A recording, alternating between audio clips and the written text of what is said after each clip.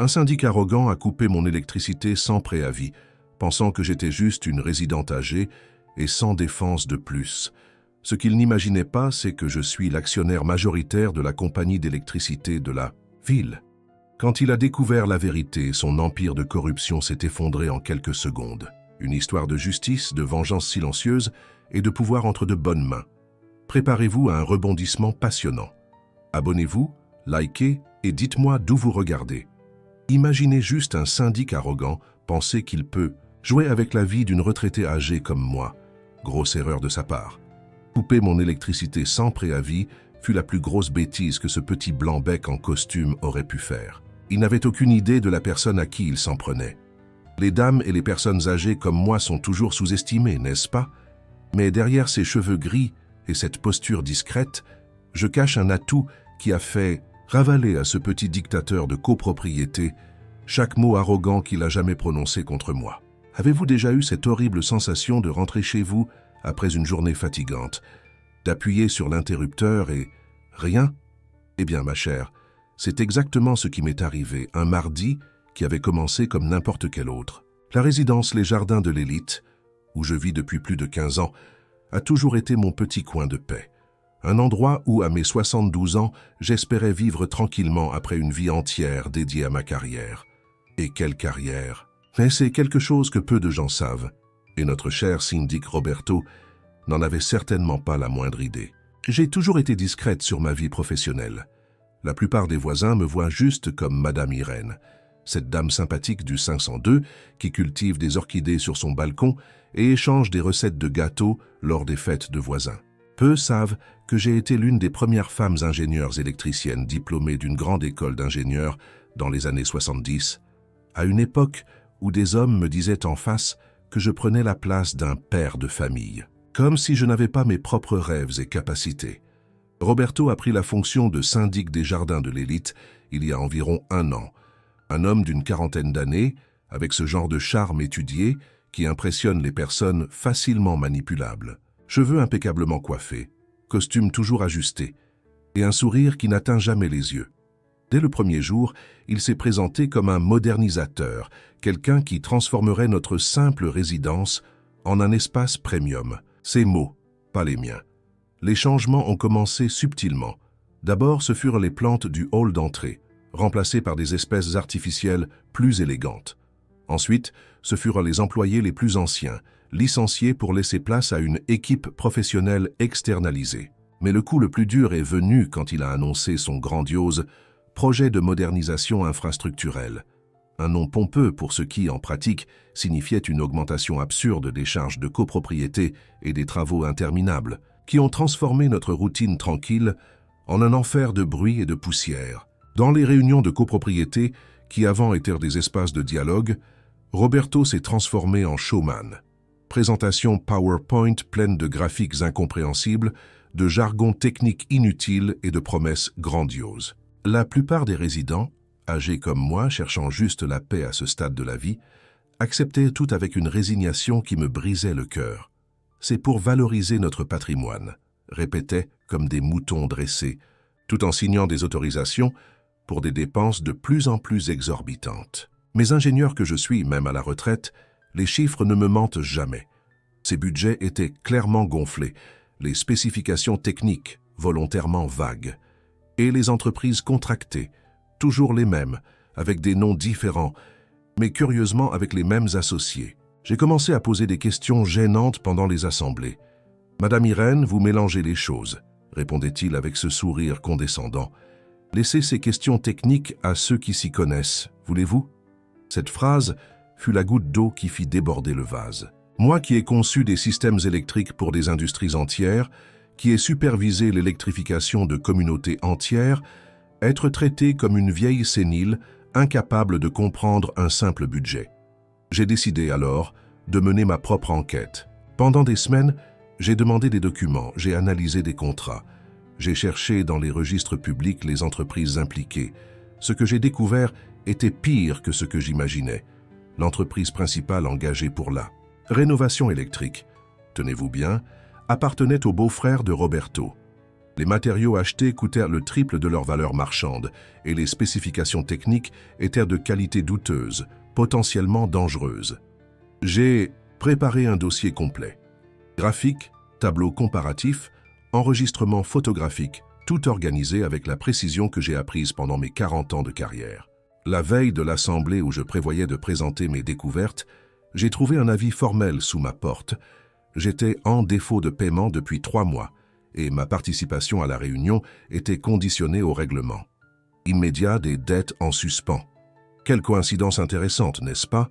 D'autant plus que j'ai tous mes justificatifs de paiement religieusement organisés. Quand j'ai confronté Roberto dans le couloir, il a haussé les épaules. « Les systèmes peuvent avoir des ratés, Madame Irène.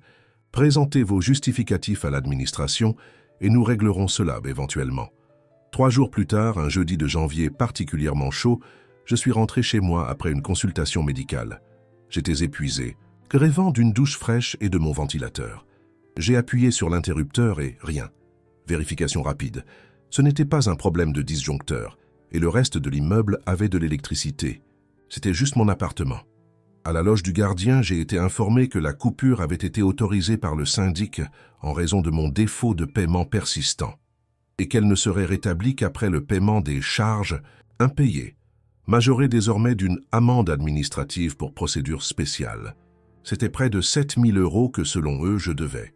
Le gardien, un homme qui travaillait dans l'immeuble depuis des décennies et connaissait ma ponctualité, semblait gêné. « Madame Irène, je n'ai jamais vu ça auparavant, » murmura-t-il. « Le syndic a donné l'ordre personnellement. Il a dit que vous causiez trop de problèmes dernièrement. » Trop de problèmes? Ah, alors c'était ça. Remettre en question les surfacturations, signaler les irrégularités, exiger la transparence, c'était causer des problèmes. J'aurais pu exploser sur place, faire un scandale, menacer de poursuite. Mais ma grand-mère Eulalia, une femme sage qui m'a élevé, disait toujours « Irène, la colère est une mauvaise conseillère, mais un excellent carburant. Utilise-la pour avancer, pas pour te consumer. » Ainsi, j'ai décidé d'adopter une approche plus stratégique. Je suis retourné dans mon appartement sombre, et à la lumière des bougies, qui ont ironiquement créé une ambiance presque romantique, j'ai pris mon téléphone portable et j'ai passé un appel. Pas à n'importe qui, mais à Carlos Eduardo, président de la compagnie électrique régionale. Vous devez vous demander comment une retraitée a le numéro direct du président de l'une des plus grandes entreprises d'énergie de la région. Eh bien, c'est simple. Après avoir pris ma retraite comme ingénieur en chef de la compagnie elle-même, j'ai investi toutes mes économies dans des actions de l'entreprise. Je ne suis pas juste une actionnaire quelconque. Je suis la principale investisseuse individuelle, avec un siège réservé au conseil d'administration. Vous arrivez à imaginer la scène. Moi, éclairé seulement par la lumière vacillante des bougies, expliquant calmement à Carlos Eduardo que j'avais besoin d'une petite vérification technique dans ma résidence. Il semble que nous ayons quelques problèmes intéressants. « Par ici, Cadu », lui ai-je dit en utilisant son surnom d'enfance, puisque c'est moi qui avais supervisé son premier stage dans la compagnie il y a 30 ans. Je pense que ce serait instructif que tu viennes personnellement et amène cette équipe d'audit technique, d'accord? Celle que nous avons utilisée pour l'affaire de fraude dans la région sud. Pendant 3 jours, j'ai vécu comme aux temps anciens. Douche froide, nourriture qui n'avait pas besoin de réfrigération, lecture à la lumière des bougies. Roberto passait devant ma porte de temps en temps, toujours avec ce sourire affecté. Toujours dans le noir, Madame Irène? Il suffit de payer ce que vous devez. Ou peut-être préférez-vous déménager dans un endroit plus adapté à votre condition financière. La condescendance dans sa voix faisait bouillir mon sang, mais je me contentais de sourire gentiment. Je vais très bien, merci. D'ailleurs, j'attends des visites demain, des personnes importantes. Serez-vous disponible pour les recevoir? La confusion sur son visage était inestimable. Clairement, il s'attendait à des larmes, des suppliques, peut-être même à ce que je cède et paie le montant extorsif. Mais une femme qui a affronté le harcèlement et la discrimination pendant toute sa carrière dans un environnement majoritairement masculin ne s'intimide pas facilement avec les jeux de pouvoir d'un syndic. De copropriété. Le matin du 4e jour, un impressionnant cortège est arrivé au jardin de l'élite. 3 voitures de fonction se sont garées devant l'immeuble. De la première est sorti Carlos Eduardo, impeccable dans son costume, accompagné de 2 directeurs. De la deuxième, une équipe d'ingénieurs et de techniciens transportant du matériel sophistiqué. De la troisième, à ma surprise, a débarqué nul autre que la Drey Mariana, surintendante de l'autorité de régulation de l'énergie. L'expression du gardien était inestimable. Jamais autant de personnes importantes n'avaient visité notre résidence. Nous sommes ici pour vérifier une irrégularité signalée par l'ingénieur Irene Campos, membre de notre conseil d'administration et actionnaire majoritaire, a annoncé Carlos Eduardo d'une voix grave qui n'admettait aucune contestation.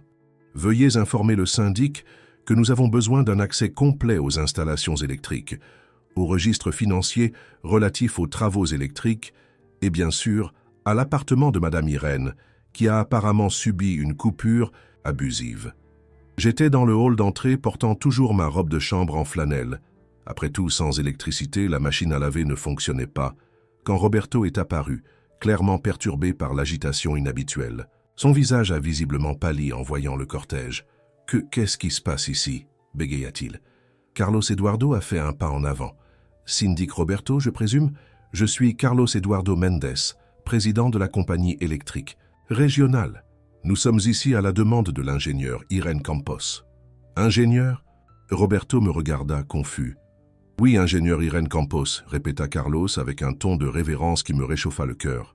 Ancien ingénieur en chef de notre compagnie, membre actuel du conseil d'administration et coïncidence, notre plus grande actionnaire individuelle.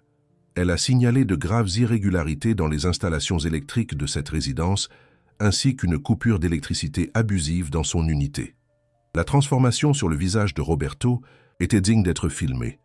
Du pâle initial, il est passé à un rouge intense, puis à un blanc fantomatique. Ses yeux bondissaient entre moi, Carlos et le cortège de professionnels qui commençaient déjà à se disperser dans la résidence avec des calepins et du matériel. « Il doit y avoir une erreur », tenta-t-il de retrouver sa contenance. « Madame, Irene est en défaut de paiement depuis des mois, et la coupure était une procédure standard. »« Intéressant », interrompit la Drey Mariana, ajustant ses lunettes, car selon la réglementation sur la coupure d'énergie pour les personnes vulnérables, la coupure de services essentiels comme l'électricité dans des unités résidentielles occupées par des personnes âgées doit être précédée d'au moins 3 notifications formelles avec des intervalles de 15 jours et ne peut être exécutée qu'après analyse des services sociaux. Avez-vous les protocoles de ces notifications et l'avis social? Le silence de Roberto fut assourdissant. J'ai profité du moment pour remettre à Carlos Eduardo mon dossier avec tous les justificatifs de paiement des 24 derniers mois. D'ailleurs, je ne suis pas en défaut de paiement. Chaque centime a été payé dans les délais. Curieux comme les registres ont disparu, n'est-ce pas? Ce qui a suivi fut un véritable spectacle d'efficacité professionnelle.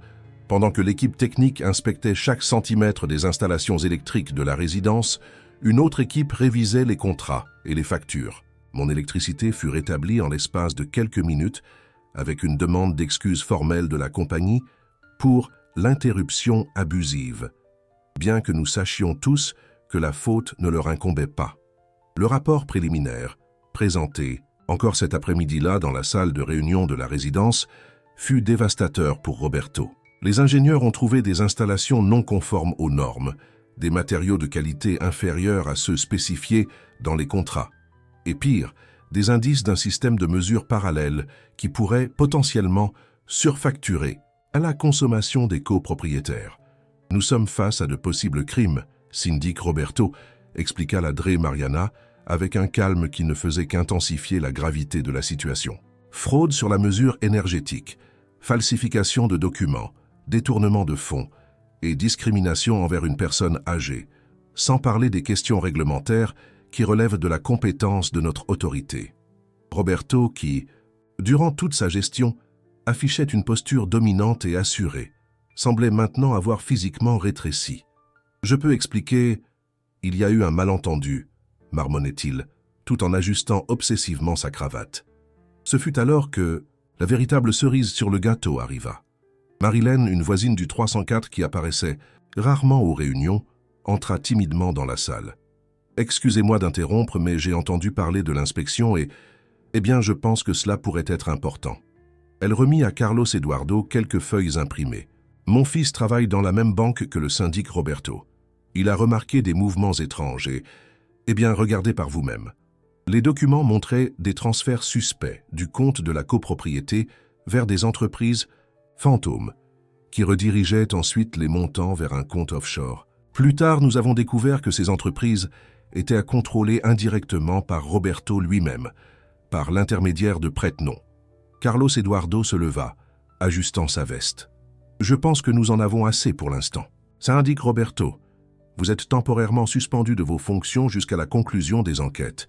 Une assemblée générale extraordinaire sera convoquée pour élire un syndic provisoire.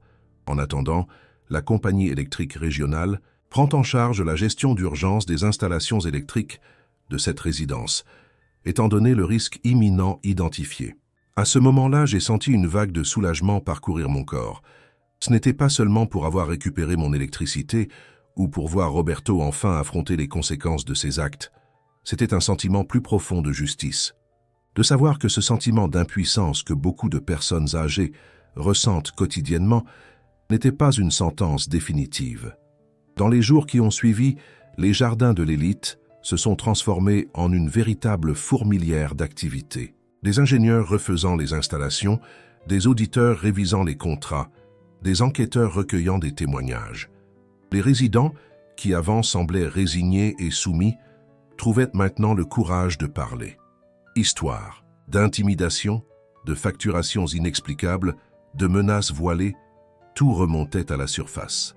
Une semaine après l'incident, l'Assemblée générale extraordinaire a élu un conseil de gestion provisoire formé de 3 résidents, dont moi, à ma surprise. « Nous avons besoin de votre expérience, Madame Irène », a argumenté Monsieur Antoine du 701. « Vous êtes la seule à vraiment vous y connaître en installations électriques ici. » Pendant les 2 mois suivants, nous avons travaillé sans relâche pour corriger les dommages causés par la gestion de Roberto. Nous avons renégocié des contrats, résilié des accords abusifs, établi des protocoles transparents. Chaque décision importante était discutée lors d'assemblées ouvertes, où chacun avait voix au chapitre, y compris les employés de la résidence, qui pouvaient enfin parler sans crainte de représailles. Le coup le plus dur pour Roberto est venu quand Carlos Eduardo est revenu à la résidence avec une proposition surprenante. La compagnie électrique régionale recherche des résidences pour mettre en place un projet pilote de durabilité énergétique, expliqua-t-il lors d'une assemblée spéciale. Panneaux solaires, système de surveillance intelligent, automatisation pour l'efficacité. Tout financé par la compagnie dans le cadre d'une recherche à long terme. Bien sûr, je n'ai pas mentionné que j'avais suggéré ce projet spécifique lors d'une réunion du conseil d'administration, ni que j'avais personnellement recommandé les jardins de l'élite comme candidat idéal. Certaines choses sont meilleures quand elles restent en coulisses, n'est-ce pas? La transformation de la résidence est allée au-delà des installations électriques. Avec la chute de Roberto, quelque chose a changé dans l'esprit collectif des résidents. Les gens ont recommencé à se réunir dans la salle des fêtes pour des célébrations communautaires. Le jardin, auparavant négligé au profit de plantes artificielles élégantes, a repris vie avec le projet de jardin partagé mené par Madame Zuleika du 201. Les charges de copropriété, qui avaient doublé pendant la gestion de Roberto, sont revenues à des valeurs raisonnables. Malgré tout, nous avons réussi à mettre en place des améliorations significatives, prouvant qu'une gestion honnête et transparente fait toute la différence. Quant à Roberto, les dernières nouvelles que nous avons eues sont qu'il a vendu son appartement au jardin de l'élite et a déménagé dans une autre ville. Les enquêtes policières et administratives se poursuivent et il fera probablement face à des poursuites pendant des années. L'imposante maison de plage qu'il avait récemment achetée avec de l'argent suspect a été mise en vente pour couvrir une partie des restitutions qu'il devra faire à la copropriété. Dans une tournure ironique, j'ai appris qu'il travaille maintenant comme vendeur dans un magasin de matériel électrique. La vie a un sens de l'humour particulier, vous ne trouvez pas? Maintenant, vous devez vous demander ce que j'ai appris de tout cela. Premièrement, que l'âge naît, qu'un nombre lorsqu'il s'agit d'affronter les injustices. Deuxièmement, que la connaissance est un pouvoir, surtout lorsqu'elle est combinée à une patience stratégique. Et troisièmement, que jamais, au grand jamais, nous ne devons sous-estimer une dame âgée avec un diplôme d'ingénieur et des actions dans une compagnie d'énergie. 6 mois se sont écoulés depuis ce mardi fatidique où je me suis retrouvé dans le noir. Aujourd'hui, les jardins de l'élite sont une résidence complètement différente. Notre projet d'efficacité énergétique a remporté des prix et attiré des visiteurs techniques de toute la région. Nos assemblées sont des espaces de dialogue véritables, pas d'intimidation. Et plus important encore, nous avons restauré ce sentiment de communauté qui était la véritable âme de notre petit coin de monde. Quant à moi, je continue d'être juste Madame Irène du 502 pour la plupart des nouveaux résidents. Je cultive toujours mes orchidées et j'échange toujours des recettes lors des fêtes de voisins. Mais maintenant, occasionnellement, quand un résident a une question sur les installations électriques ou quand la nouvelle syndic a besoin de conseils sur les contrats techniques, c'est vers moi qu'il se tourne. Ma grand-mère Eulalia avait l'habitude de dire, tout en servant son fameux flan les après-midi de dimanche, « La vraie force n'est pas chez celui qui crie le plus fort ou montre ses muscles, elle est chez celui qui sait attendre le bon moment pour agir. » Elle aurait été fière de voir comment j'ai transformé 3 jours d'obscurité en lumière, non seulement pour moi, mais pour toute une communauté. Et vous savez ce qui est le plus drôle? La semaine dernière, j'ai reçu un jeune technicien de la compagnie d'électricité qui est venu faire une maintenance de routine. Il m'a regardé, une dame aux cheveux gris offrant café et biscuits, et m'a expliqué avec une patience exagérée comment je devais utiliser le nouveau système numérique de surveillance. C'est très simple, petite mamie, il suffit d'appuyer sur ce bouton ici. Je n'ai pas eu le courage de lui dire que j'avais participé au développement du prototype de ce système il y a près de 2 décennies. Parfois, être sous-estimé a ses avantages. Cela permet d'observer, d'apprendre et, si nécessaire, de surprendre. Voilà mon histoire.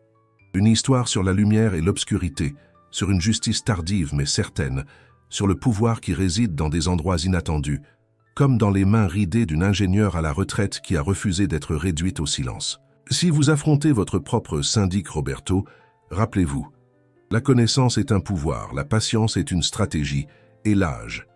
Eh bien, l'âge n'est qu'un détail insignifiant quand on possède les deux. Et si un jour vous voyez une dame âgée être méprisée ou traitée avec condescendance, réfléchissez à 2 fois. Elle pourrait n'être qu'une retraitée ordinaire, ou elle pourrait être la prochaine Madame Irène, celle qui, silencieusement, détient le contrôle sur quelque chose que vous n'auriez jamais imaginé. Le jeu de la vie est long, et souvent, celui qui a le plus d'expérience sait exactement quand et comment jouer ses cartes. Ne sous-estimez jamais quelqu'un qui a vécu assez longtemps pour voir des empires s'effondrer et d'autres renaître de leurs cendres. Nous, les vieilles dames, pouvons sembler fragiles à première vue, mais nous portons en nous des décennies de résilience, de stratégie et, dans mon cas spécifique, un savoir technique qui a fait perdre le sommeil et l'emploi à un syndic arrogant. Maintenant, regardant par la fenêtre de mon appartement parfaitement éclairé, observant le jardin partagé fleurir et les voisins conversant amicalement, je suis certaine que toute cette obscurité temporaire en a valu la peine. Parfois, nous devons traverser des moments de ténèbres pour apprécier véritablement la lumière. Et quant à vous, avez-vous déjà pensé à combien de Madame Irène vous croisez quotidiennement sans les remarquer? Combien d'histoires extraordinaires sont cachées derrière des visages ordinaires, apparemment inoffensifs? La prochaine. Quoique vous serez tenté de sous-estimer quelqu'un, surtout une dame aux cheveux gris, souvenez-vous de moi et de mon cher ex-syndic Roberto. La vie a une manière particulière d'équilibrer les choses, ou comme dirait ma grand-mère Eulalia tout en remuant sa sauce tomate, la justice prend parfois du temps, ma fille, mais quand elle arrive, elle vient avec intérêt et ajustement monétaire. Rien de plus vrai, grand-mère, rien de plus vrai. Certaines personnes me demandent si je n'ai pas été trop dur avec Roberto, si je n'aurais pas pu régler tout cela plus discrètement, sans détruire sa réputation. Ma réponse est toujours la même. Ce n'est pas moi qui ai détruit sa réputation. Ce sont ses propres actions. J'ai juste éclairé ce qu'il faisait dans l'obscurité. Et, franchement, s'il y a quelque chose que j'ai appris en 7 décennies de vie, c'est que les gens comme Roberto changent rarement par bonté ou par la discussion. Elles changent quand les conséquences de leurs actions deviennent personnellement douloureuses. Quand le préjudice n'est plus seulement pour les autres, mais pour elles-mêmes. L'épisode de la coupure d'électricité ne fut que l'étincelle qui a allumé une lumière bien plus grande sur des problèmes qui existaient depuis longtemps. Sans cet incident, combien d'autres résidents, surtout les plus vulnérables, continuèrent d'être des victimes silencieuses de ce système corrompu? Parfois, un peu de scandale est nécessaire pour purifier l'environnement. Comme un orage d'été qui semble effrayant sur le moment, mais laisse l'air plus pur après son passage. Ces dernières semaines, j'ai reçu tant de messages et de visites de personnes d'autres résidences qui font face à des situations similaires. « Madame Irène, comment avez-vous eu ce courage ?» demande-t-elle. Et je réponds toujours, « Ce n'était pas du courage, ma chère. C'était de l'indignation bien dirigée. » L'indignation, cette vieille compagne que beaucoup d'entre nous, femmes de ma génération, ont appris à domestiquer dès le plus jeune âge. Les jeunes filles de bonne famille ne s'emportent pas, disaient nos mères. Avaler des couleuvres, conseillait-elle quand nous affrontions des injustices. Pendant des décennies, nous avons avalé des couleuvres jusqu'à presque nous y noyer. Mais vous savez ce qui arrive quand on vieillit? La patience raccourcit dans la même proportion que la perception s'aiguise. Vous réalisez que le temps, cette ressource qui avant semblait infinie, est maintenant trop précieux pour être gaspillé en petites tyrannies quotidiennes. C'est pourquoi les femmes de plus de 60 ans sont souvent les plus redoutées. Dans les assemblées générales, les réunions de quartier et les audiences publiques, nous n'avons plus de patience pour les détours, ni peur de déplaire. Que vont-ils penser de moi? Cesse d'être une préoccupation quand vous avez vécu assez longtemps pour comprendre que la plupart des gens sont trop occupés à penser à eux-mêmes pour consacrer plus de quelques minutes à penser à vous. Cette libération est l'un des cadeaux les plus précieux de l'âge. Et c'est ce cadeau qui m'a permis d'affronter Roberto sans trembler, même lorsqu'il essayait de m'intimider avec son pouvoir temporaire. Aujourd'hui, 3 mois après la chute de Roberto, notre résidence est devenue une sorte de modèle régional. Nous recevons des visites techniques d'autres immeubles intéressés par notre système de gestion transparent et par notre projet d'efficacité énergétique. La compagnie électrique régionale a transformé notre histoire en un cas d'étude, présenté lors de congrès professionnels. De l'obscurité à l'innovation, comment une crise de gouvernance s'est transformée en opportunité est le titre de la présentation que fait Carlos Eduardo, me citant toujours comme l'héroïne silencieuse de l'affaire. Héroïne? Je ne me sens pas ainsi.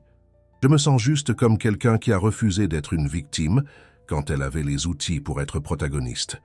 Et c'est le point que j'aimerais vous laisser, à vous qui m'avez accompagné jusqu'ici dans cette histoire.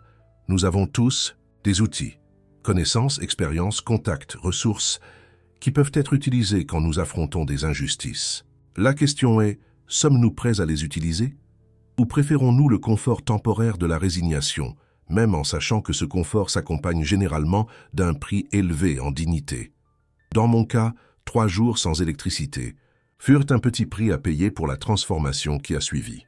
Pour le sentiment de voir justice être rendue non seulement pour moi, mais pour toute une communauté qui était systématiquement exploitée. Et si vous vous demandez si tout cela est réellement arrivé? Eh bien, disons simplement qu'il y a plus de vérité dans cette histoire que la plupart des gens n'imagineraient.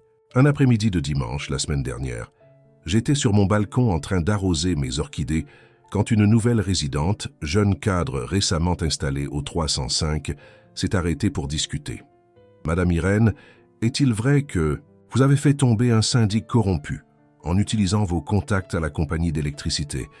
demanda-t-elle, ayant évidemment entendu les versions qui circulent maintenant dans les couloirs. J'ai souri, ajustant mes lunettes. « Ma chère, disons simplement que j'ai appris au fil de la vie que la lumière et la connaissance sont les meilleures armes contre tout type d'obscurité. » Elle me regarda confuse un instant, puis sourit. « J'ai besoin d'apprendre plus sur l'électricité alors », commenta-t-elle en plaisantant. « Pas seulement sur l'électricité, répondis-je, sur vos droits, sur comment les choses fonctionnent en coulisses, sur qui détient réellement le pouvoir dans les endroits qui comptent. » La conversation continua pendant que nous partagions un café sur mon balcon. À la fin, elle partit avec un nouveau regard, ce genre de regard, qui dit qu'une graine a été plantée. Et c'est ainsi que les révolutions se produisent réellement. Pas avec de grandes explosions ou des manifestations dramatiques, mais de balcon en balcon, de café en café, d'histoire en histoire. Une Madame Irène, inspirant une future Madame Irène, qui en inspirera une autre, dans une chaîne infinie, de femmes qui refusent d'accepter l'obscurité quand elles ont la capacité d'allumer des lumières. Alors, la prochaine fois que quelqu'un coupera votre énergie, littérale ou métaphoriquement, demandez-vous quel est mon pouvoir caché. Quelles sont mes connexions inexplorées? Quelles connaissances je possède qui pourraient changer ce jeu? Et rappelez-vous, la patience peut être une stratégie puissante, mais ne doit jamais être confondu avec la passivité ou l'acceptation de l'injustice. Comme disait ma grand-mère Eulalia, tout en brodant calmement sur sa chaise à bascule, il y a un temps pour semer et un temps pour récolter, mais il y a aussi un temps pour arracher les mauvaises herbes qui étouffent votre plantation. Roberto fut ma mauvaise herbe. Quelle est la vôtre? Et plus importante encore, quand allez-vous enfin prendre vos outils de jardinage et commencer à nettoyer votre propre jardin? La vie est trop courte pour vivre dans l'ombre créée par d'autres, surtout quand nous avons la capacité de créer notre propre lumière. Ici Irene Campos, la Dame de la Lumière, concluant son récit. J'espère que cette histoire éclairera quelque chose en vous aussi. De plus, je veux partager une dernière pensée avant de nous quitter. Pendant ces 3 jours dans le noir, j'ai eu beaucoup de temps pour réfléchir à comment nous en étions arrivés là. Pas seulement moi et Roberto, mais nous tous résidents des jardins de l'élite. Comment avons-nous permis qu'un individu assume autant de pouvoir sur nos vies quotidiennes? Comment avons-nous collectivement baissé la garde, confiant des décisions importantes à quelqu'un que nous connaissions à peine, juste parce qu'il présentait de jolis graphiques et utilisait des mots sophistiqués? La réponse, j'ai réalisé sous la lumière vacillante des bougies, est étonnamment simple. Nous avons externalisé notre responsabilité civique en échange de commodité. Il est plus facile de laisser quelqu'un régler les problèmes. Plus confortable de ne pas avoir à assister à des réunions ennuyeuses ou à étudier des documents complexes. Plus pratique de simplement payer les factures et d'espérer que tout fonctionne bien. Jusqu'à ce que, un jour, vous appuyiez sur l'interrupteur et vous retrouviez dans le noir. Cette histoire ne concerne pas seulement une ingénieure à la retraite qui a utilisé ses contacts pour faire tomber un syndic corrompu. Elle concerne l'importance de la vigilance citoyenne, de l'engagement communautaire, du refus d'accepter des explications vagues quand nos droits sont en jeu.